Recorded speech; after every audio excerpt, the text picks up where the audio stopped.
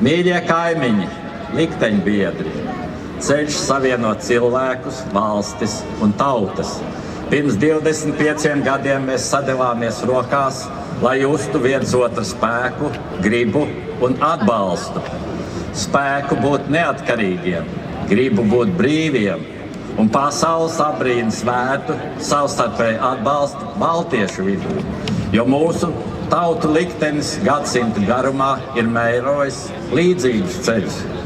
Katram savs, bet visiem viens liktenis vēlmē pēc sava valstiskuma.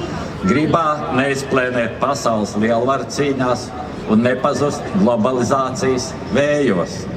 Pirms 25 gadiem mēs bijām neticams degsmes pilni un apņēmības iedvesmoti. Mūsu spēks bija patiesa vienotība. Tāda vienotība, par kuru var tikai tagad sapņot. Gadsimta ceturksnis pasaules vēsturē ir niecīgs posms, bet mēs visi kopā šajos 25 gados esam nogājuši abrīnas vērtu ceļu.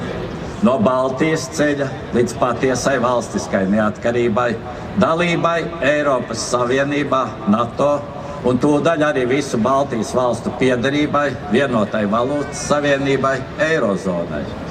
Šajā vēsturiski svinīgajā mirklī es novēlu mums visiem baltiešiem nekad neaizmirst Baltijas ceļu, kas simboliski un nepārprotami lika sajust ne tikai siltu un uzticamu rokas spiedienu, bet arī paļaušanos vienam uz otru un apņēmību vienmēr būt kopā.